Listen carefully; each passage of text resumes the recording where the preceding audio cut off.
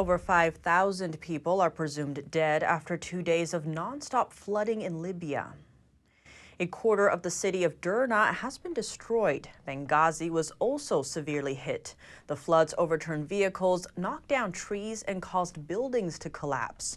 Over 10,000 people are missing. Many were swept out to sea. Others grabbed onto rooftops.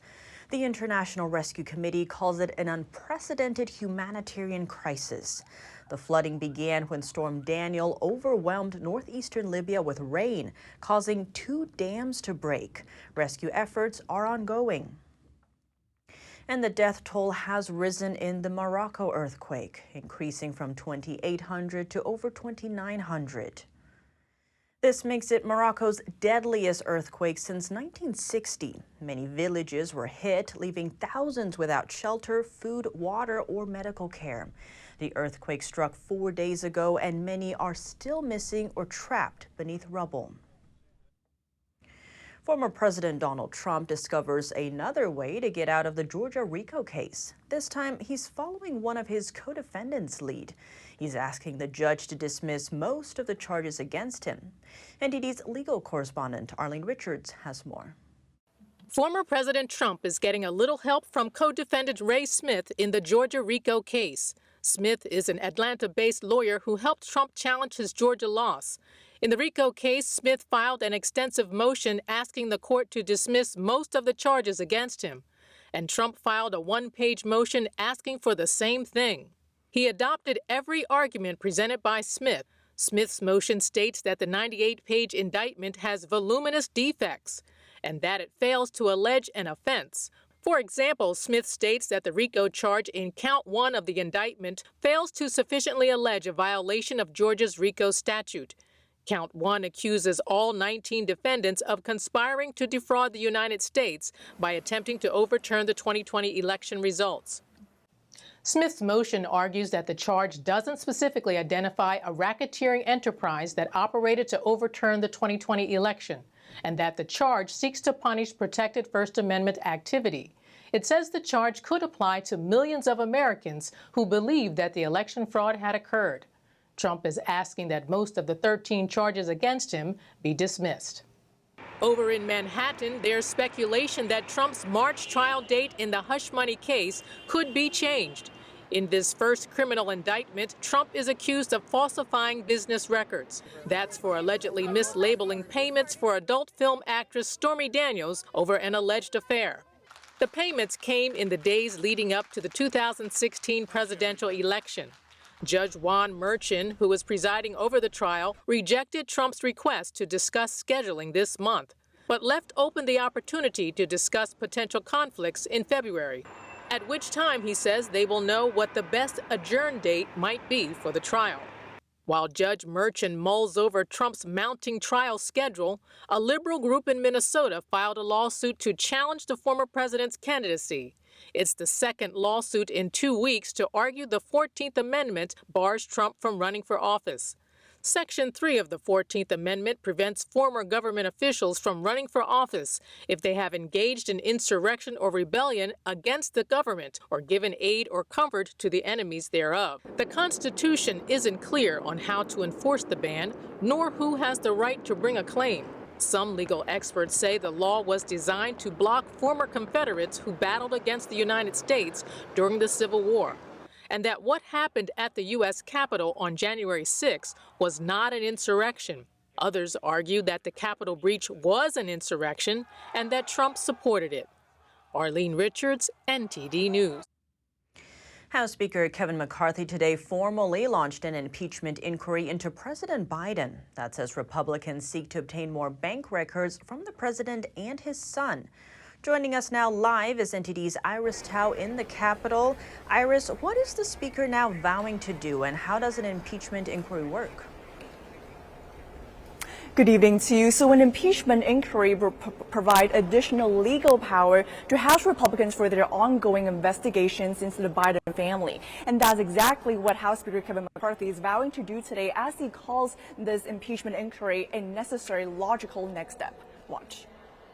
House Republicans have uncovered serious and credible allegations into President Biden's conduct. This logical next step will give our committees the full power to gather all the facts and answers for the American public. House Republicans have been probing the Biden family's business dealings for months, and House Speaker Kevin McCarthy today said that they have uncovered evidence that shows about $20 million were directed to Biden family and its business associates through shell companies. He also cited eyewitness testimony that alleges that President Biden was on several phone calls when Hunter Biden was meeting with foreign business partners. So today, House Speaker McCarthy launches inquiry, but still there hasn't been any direct evidence to show that President Biden was directly involved, either taking some of the money or helping to solicit it. So the White House today responded by saying that House Republicans have not turned up any evidence of wrongdoing, and it called it an extreme politics. And that's as Senate Majority Leader Chuck Schumer today called it a witch hunt. Watch. I think the impeachment inquiry is absurd. The American people want us to do something that will make their lives better, not go off on these chases and witch hunts. And also today's launch of the impeachment inquiry also marked a reversal from McCarthy's previous promise that he would first let the full House floor to vote before actually launching a formal impeachment inquiry. But today several House Republicans told me that they actually think that this inquiry is long overdue. Let's see. I think the impeachment inquiry is long overdue. Nothing as compelling as an idea whose time has come. This idea has come. 20 fake LLCs companies don't appear by themselves. $20 million is not just out of the sky. However, not every Republican in the House supports it. Actually, there's skepticism across the whole GOP spectrum over if there's enough evidence that shows that President Biden is directly involved in his son's business dealings. So it does remain to be seen how much support the Speaker can get in the House to actually bring forward impeachment charges against Biden. Back to you. Iris, thank you for that update. Escaped killer Danilo Cavalcante remains at large in Pennsylvania. Police say he had a dangerous encounter with a homeowner and is now armed with a rifle. And at 10:10 p.m., a call was received from a resident on Coventryville Road indicating a short Hispanic male, no shirt and wearing dark pants, had entered his garage while the homeowner was in it, and that he grabbed a .22 rifle that was leaning in the corner of the garage. The homeowner drew a pistol and fired at Cavalcante as he fled with the rifle. Authorities responded to the scene but were unable to locate Cavalcante. The convicted murderer is now armed with a .22 caliber rifle with a scope and a flashlight mounted on it. The Pennsylvania State Police are asking all residents in the area to remain vigilant and to keep their doors and cars locked. It's been 12 days since Cavalcante broke out of the Chester County Prison about 30 miles west of Philadelphia. He was convicted of first-degree murder for killing his former girlfriend. 5 former Memphis police officers face criminal charges in the beating and death of Tyree Nichols. A federal grand jury indicted them today. The former officers who were fired after the alleged incident are seen on body cam footage beating and kicking Tyree Nichols during a traffic stop. Further footage of the January 7th incident shows the officers spraying Nichols with pepper spray and firing a stun gun at him. They all pleaded not guilty in February. The indictment charges them with 4 federal counts, including excessive force and failure to intervene. Other charges include conspiracy to witness tamper and obstruction of justice. In a breaking development, North Korean leader Kim Jong-un has arrived in Russia. World leaders are watching closely to see whether North Korea will provide weapons to Russia. NTD's Jason Perry has the story. North Korean leader Kim Jong-un has arrived in Russia, where he's expected to meet with President Vladimir Putin. Kim took a bulletproof train with a top speed of just 25 miles per hour.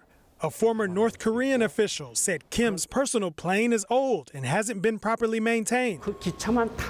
If he rides a train, he can command the entire country from anywhere because all communication facilities are available. So for Kim Jong-un, it can feel as comfortable as his home.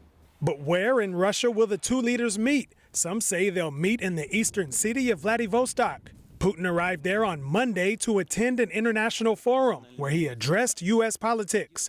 Putin said it doesn't matter who wins America's 2024 election because the winner will see Russia as an enemy. He also said this. As for the Trump prosecution, what's going on in the present circumstances is very good for us because it shows the rottenness of the U.S. political system, which can't claim to teach others about democracy. What happens to Trump is a politically motivated prosecution of a U.S. political rival. So what's the purpose of Kim's trip? On the Russian side, there's a real sense of urgency. James D.J. Brown, professor of political science at Temple University's Japan campus, gave some insight into the expected meeting between Kim and Putin. Russia is seeking to import from North Korea artillery shells, alongside perhaps some other weaponry, such as anti-tank missiles. But what does North Korea want from Russia in return? From the Russian side, I think that it would be more likely that food, energy will be provided. I think they'll hold back on providing kind of high-tech military technology, at least publicly, because if they were to provide this and then North Korea were to use it in an aggressive step, for example, against South Korea, that would make the Russian side look very bad. Brown went on to say that if North Korea does provide weapons to Russia, we can expect a response from the U.S. as well as France, South Korea, and Japan. But he said it's tough to say how they could really punish North Korea because the country is already heavily sanctioned. Jason Perry, NTD News. A Canadian official has made a trip down to the U.S. Capitol, all to warn lawmakers about China. Today, he shared his personal experiences as a target of the Chinese Communist Party on Canadian soil. NTD's Sam Wong has the details. On Tuesday, Canadian Parliament member Michael Chong visited U.S. lawmaker to warn about China, and he had two goals in mind: sharing stories and discussing policy solutions. Chong has long voiced concerns regarding the Chinese regime's human rights abuse against Uyghur minority in the Xinjiang region. He also urged the Canadian government to ban Huawei, a Chinese telecom giant, and for that reason, he became a target for the CCP. In May this year, I learned that a PRC diplomat working out of the PRC consulate in Toronto had, since 2020, been gathering information to further target me and my family in Hong Kong. He says aside from being threatened by Chinese officials, the CCP also mobilized a smear campaign on social media to slander his name. Chong isn't the only policymaker facing backlash from the Chinese regime. U.S. Congressman Chris Smith received similar threats. The reason? For wanting to conduct an investigation into China's human rights abuse.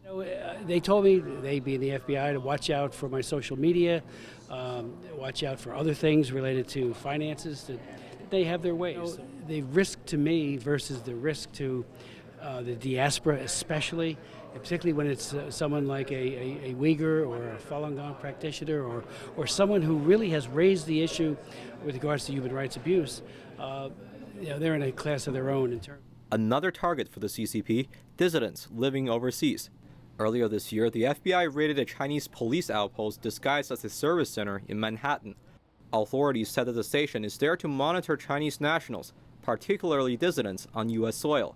In some cases, it also pressure them to return to China, including by using relatives in China to persuade them or threatening those relatives. So it's an attempt to steal away and crush freedom of assembly and freedom of speech here in the United States. Absolutely unacceptable. According to human rights watchdog Safeguard Defenders, there are over 100 CCP police outposts in active duty across the globe. That's as of last September, and the real number is likely higher than that. These police stations are only the tip of the iceberg of everything that's going on in terms of transnational repression coming from the People's Republic of China. Between April 2021 to July 2022, Chinese authorities had, quote, persuaded 230,000 Chinese nationals to go back and face criminal charges. Mr. Chong added that Canada is looking to exchange legislative information with the U.S. to counter China's coercive actions overseas. Reporting from Capitol Hill, Sam Wong, NTD News. Is a crisis in China's economy putting Taiwan in danger? House Select Committee Chair Mike Gallagher says it's a real risk and that Congress members are trying to assess the risk to America's financial system at a Tuesday field hearing. NTD's Xiaohua Li has the details. The House Select Committee on the Chinese Communist Party is holding a hearing in New York City this morning. The topic here is the China threat to the U.S. financial system. The event comes as fears of an economic slowdown are swirling in China. Experts say it could make a Chinese invasion of Taiwan more likely, and that conflict could spell danger for the U.S. We saw that if China were to initiate preparations to invade Taiwan, the losses across our financial system would dwarf the write-downs taken at the outset of the Russia-Ukraine war. To brainstorm a backup solution, ex-chair of the U.S. securities regulator Jay Clayton proposed a plan. This is an area where I would at least consider a pilot program for very large companies disclosing the China-specific risks and what type of scenario planning they have done in the event of abrupt decoupling. That's to allow investors and policymakers to see the potential China-related risks and prepare for them. Other investment experts like short seller Ann Stevenson Yan pledged wider curbs on U.S. exports to China. The export restrictions tend to be more effective, so we look at what technologies those are focusing on and perhaps focus on investment in those. But a big question remains, is Wall Street prepared to protect American investors? China is preparing for war with the United States. Yet here in New York, it seems sometimes that Wall Street does not act like the PRC is a threat at all. Just last month, Gallagher warned how the U.S. risks funding its own destruction.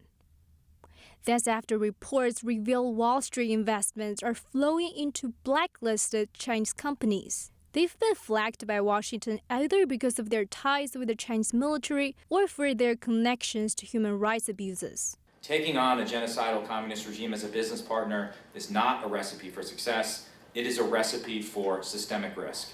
Recently, while in Beijing, U.S. Commerce Secretary Gina Raimondo labeled China uninvestable, thanks to Beijing's policies targeting foreign firms through fines, raids, and a new counterintelligence law. My positions and my policy recommendations are not always popular in this city, but we're not going to be intimidated by lobbying pressure, Wall Street pressure, or CCP pressure.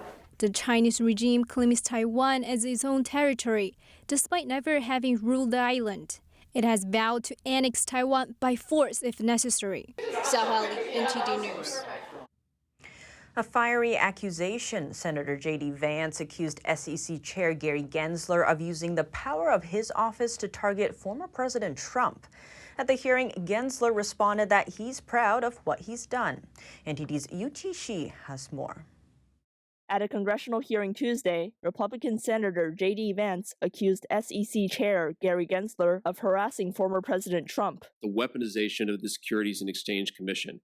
It looks more and more like not an impartial regulatory body protecting investors and consumers, but a regulatory body that it's using its power to silence and immiserate political rivals of the current president. Vance said that many SEC employees Gensler hired, quote, seemed to have a vendetta against the former president. Gensler hired former New Jersey Attorney General Gurbir Grewal to be director of the SEC's Enforcement Division. Grewal had investigated Trump 8 times while in office. Gensler also hired Megan Barbero, who had participated in the 2 impeachment hearings against Trump. Another SEC director, Melissa Hodgman, is the wife of Peter Strzok. Vance said he was troubled by the hiring of people who are apparently hostile to Trump. I have little hope that I could persuade you that hiring committed partisans and using the regulatory powers of the SEC in a way that looks, and I think is, politically partisan is a true threat to American democracy. Eventually, you're going to be out of power. And I have to say, Chairman Gensler, turnabout is fair play. Gensler responded by calmly defending himself. I'm very proud of the agency, and I'm proud of the Division of Enforcement and my fellow commissioners in considering these matters. Gensler had also investigated Trump's Truth social media company back in 2021. He accused the firm of having improper merger discussions. The company trying to take it public paid a settlement of $18 million. Yuki Shi, NTD News. U.S. federal regulators are going after Google to determine whether its search engine has an illegal monopoly. The company holds a 90% share in the search engine market. NTD's Eileen Eng has the details. Google is going to court U.S. federal regulators are set to launch an attempt to dismantle its internet empire in the biggest U.S. antitrust trial in a quarter century.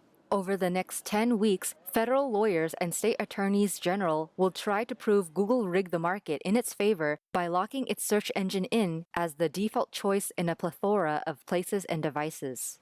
The Justice Department filed its antitrust lawsuit against Google nearly 3 years ago, claiming the company has used its internet search dominance to gain an unfair advantage against competitors. Government lawyers allege that Google protects its franchise by shelling out billions of dollars annually to be the default search engine on the iPhone and on web browsers such as Apple's Safari and Mozilla's Firefox.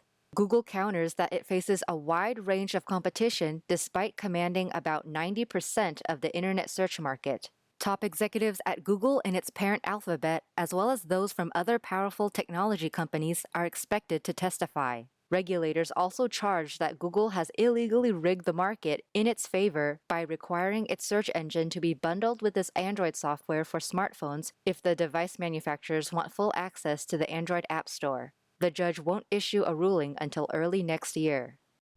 And now for analysis on the House impeachment inquiry into President Biden, we speak with Lawrence Wilson, who covers politics for the Epoch Times. Lawrence Wilson, thank you so much for joining us. Great to have you on the show. Thank you, Tiffany. Pleasure to be here. So House Speaker McCarthy is saying that the House Republicans have uncovered serious and credible allegations into President Biden's conduct. What kind of evidence would warrant this kind of an impeachment inquiry? Well, that's a fascinating question because there actually is no legal standard for what it takes to open an impeachment inquiry. So that's really up to Speaker McCarthy, who on his own volition, without taking a vote on the House floor, he decided to open this impeachment inquiry. Now, what he has said that he has is a picture of a situation in which credible allegations have emerged about President Biden's conduct that paint a picture of a culture of corruption, as were McCarthy's words. So the appearance is what they say they think was happening is that his son Hunter Biden was peddling influence to foreign entities and in exchange for money, and that they believe President Biden participated in that and profited from it. And on that note, McCarthy alleges that President Biden has lied to the American people in terms of knowing about his son Hunter Biden's foreign business dealings. How serious of an allegation is that? It would be a very serious allegation if true. The problem will be proving it. Now, you remember the lying to the American people was what Bill Clinton was impeached for back in the 90s. In that case, they had very clear evidence of his incontrovertible statements that were clear denials, and of course it wasn't true.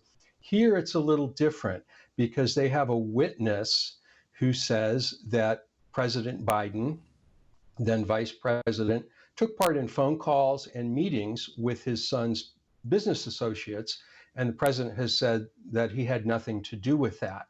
So it's one person's word at this point against the president's word, and the president simply says, that's what I remember. So it's not as clear that they have the proof that that happened, but if it did, that would be an impeachable offense for sure. A president has already been impeached for doing as much. And now the White House is pushing back with the spokesman for the Oversight and Investigations calling this extreme politics at its worst. What kind of defense might we expect from Biden? Well, if his defense ongoing is what it has been, his defense will simply be silence. He hasn't said much or anything about it. He's deflected questions about it. All he's willing to say is that he loves his son and stands by him. It's unlikely that he'll come out with much more until more concrete evidence of specific wrongdoing is laid at his feet. And remember, part of the reason for this investigation is to go in search of that evidence. And zooming out a bit as we head into the 2024 election cycle, how do you see the legal cases surrounding President Biden and former President Trump playing into all of this? Well, it's a battle for public perception more than anything. Now, in President Trump's case, he's under specific criminal indictments and has 2 criminal trials already scheduled in the first half of 2024. So apparently, the prosecutor, Special Counsel Jack Smith, apparently is hoping to get through at least one trial and get a verdict before the election. Now, if that happens, that gives people something very concrete to think about. With President Biden, it's a little different because even if he is impeached, remember, this is just an investigation at this point. If he is impeached by the House, it's very unlikely that he will be convicted by the Senate, which is controlled by a majority of Democrats. And of course, you recall that President Trump was twice impeached and twice acquitted by the Senate. So for President Biden's case, it'll be more a matter of public perception and the evidence kind of swirling around. Of course, it depends on what the Oversight Committee and those investigating now in this impeachment inquiry, specifically what they come up with.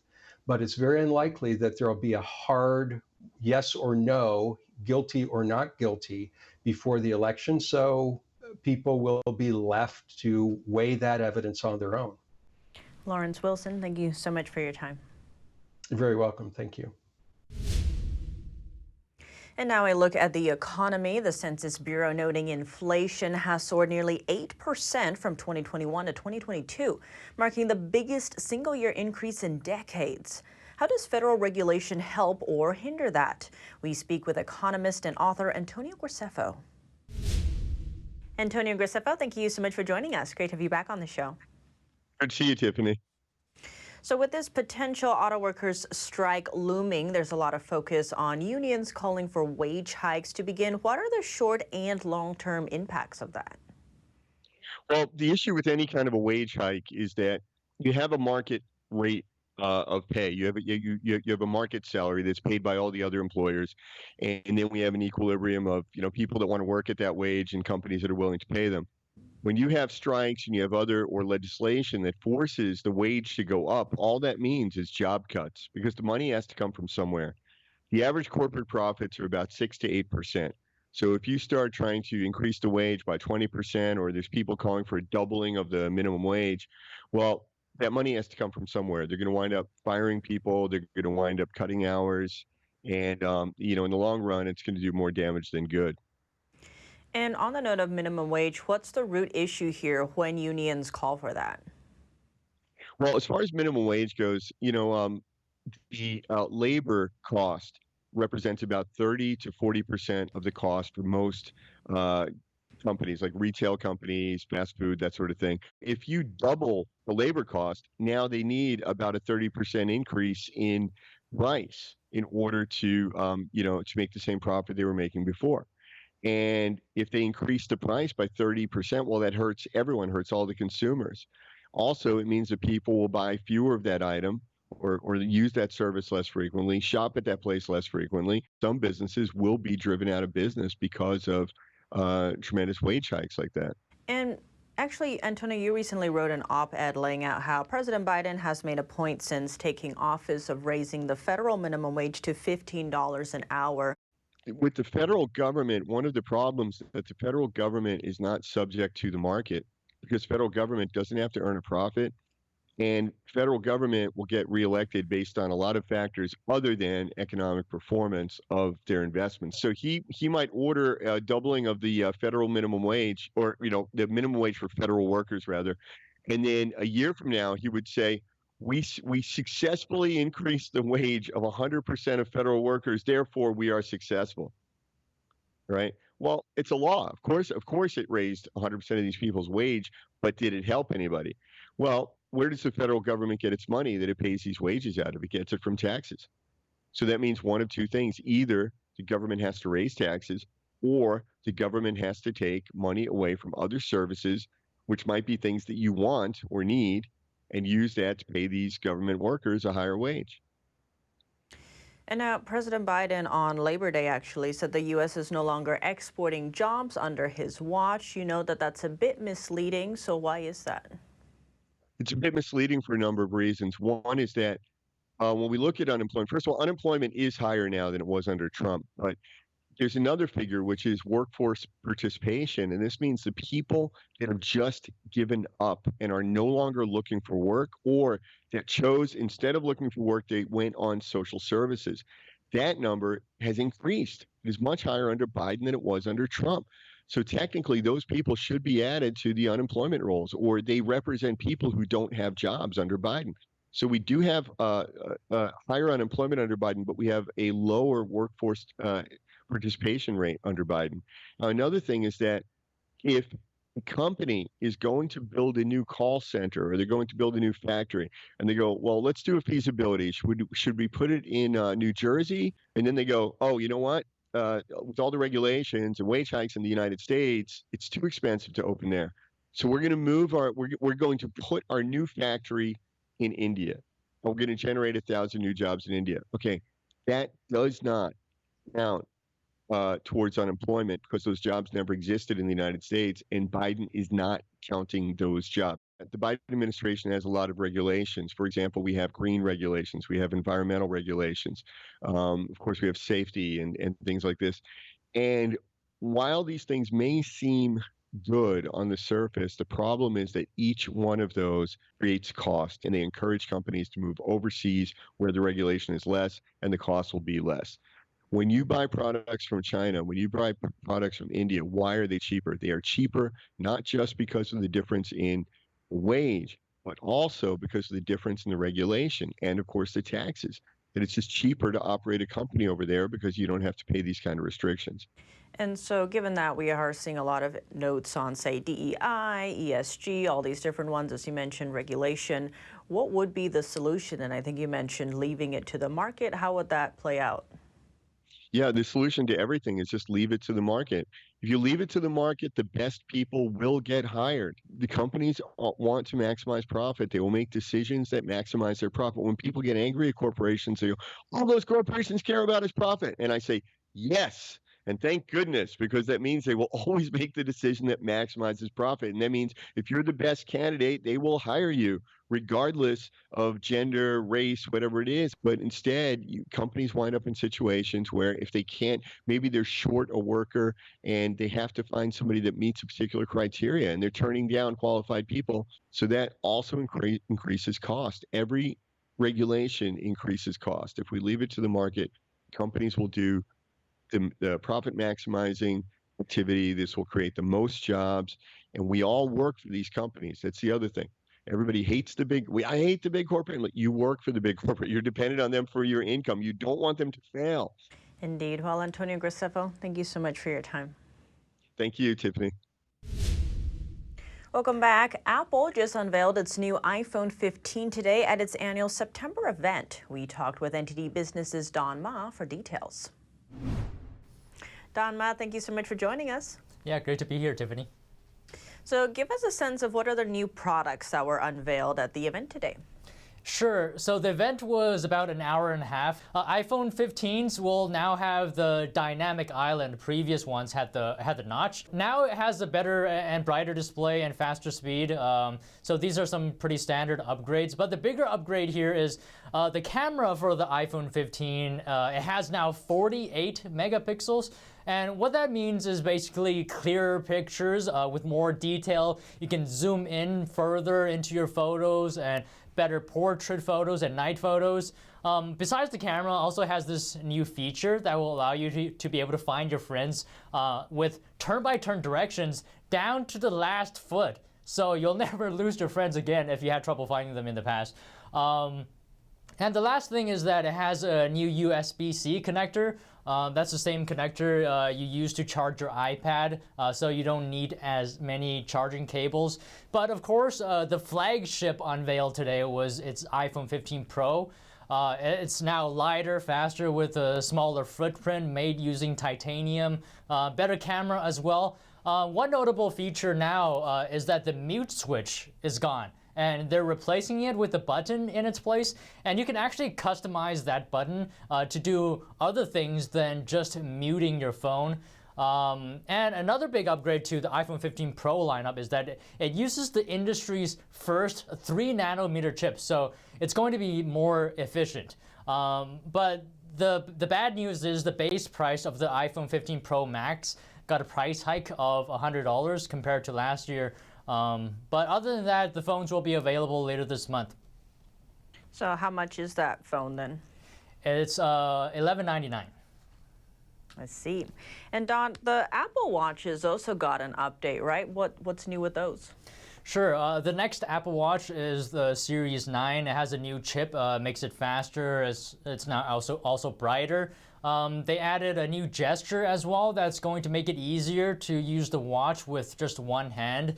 They also made some big claims that all Apple products by 2030, it's going to be carbon neutral. And Apple will actually have a label on its products indicating that if it's carbon neutral or not. Of course, there's also the second generation Apple Watch Ultra. It's brighter, has more sensors. But other than that, the watches will be available later this month as well. And it seems like investors weren't actually that impressed with the event. It's at its peak, the stock was down about 2% during the event. Interesting. Well, Donma, thank you so much for joining us. Yeah, thank you. Turning to the NFL, a worst-case scenario is confirmed for Aaron Rodgers and the New York Jets. The four-time MVP will miss the rest of the season with a torn Achilles tendon, according to multiple reports. The injury happened just minutes into last night's season opener. The 39-year-old was being tackled while landing awkwardly on his leg. He then had to be helped off the field, much to the shock of the sellout crowd, which had just cheered his arrival minutes earlier. In his absence, New York still rallied to an overtime win over Buffalo with the help of backup quarterback Zach Wilson and a strong defense. Head coach Robert Saleh said afterwards that Wilson would be the starter going forward. The Jets acquired Rodgers in a blockbuster trade with Green Bay in April, giving up significant draft capital to do so. He contemplated retirement in the offseason, but is now signed through the 2025 season. Severe volleyball injuries are comparably rare and in some cases probably could have been avoided altogether. NTD's Dave Martin profiles such a case. It was roughly a year ago when North Carolina high school volleyball player Peyton McNabb was knocked unconscious on the court after being spiked in the face by a 70-mile-an-hour volleyball during a game. I was knocked unconscious laying on the ground for about 30 seconds in a fencing position, which is also known as posturing. It's just how the body reacts to a brain injury. McNabb suffered a concussion, whiplash, impaired vision, and even partial paralysis on her right side. Injuries she still hasn't completely recovered from. When I'm walking, my left arm swings, but my right arm doesn't. And my right side lags a little more than my left side, even when I'm like just walking and things like that. So, and my right leg would like drag and my foot would turn out, like things like that. When it was harder for me to get around. McNabb, then a senior and a three-sport star, missed the rest of the volleyball season while using her basketball season to rehab, but she was at least able to play some semblance of softball again, her favorite sport. I did pretty well, but just not like I had before. I'm thankful for how much I have recovered, but it is a slow recovery process that I'm still dealing with today. Yet her injury might have been avoided had the state not allowed a 5'11" biological male identifying as female to play on the opposing team. It was his spike that ended her season and any future scholarship hopes. McNabb, who stands 5'3", doesn't understand how this is allowed. Like I said, it is a common sense issue, and bodies play sports, not identities. Well, men, not only are they made completely different, but there's a reason why there's men and women's sports. Now that reason, which is presumably why men play with a taller net than women, was recently acknowledged by North Carolina state lawmakers who passed the Fairness in Women's Sports Act in August. The new law separates school sports teams by the gender at birth, which not only ensures safety and fairness in women's sports, but also keeps males out of their locker rooms, a scenario McNabb says is unanimously unpopular among her peers. Would you feel comfortable if you were a girl in the boys' locker room that no one wants to see a man watch them undress in their safe space? Not one. McNabb, now a college freshman, says she's thrilled with the fairness and safety the new law provides female athletes, even if it's a year too late. I'm Dave Martin for NTD News. If you have any news, tips, or feedback for the show, you can email us at eveningnews@ntd.com. That's all for today's news. Thanks for tuning in. I'm Tiffany Meyer. Good night.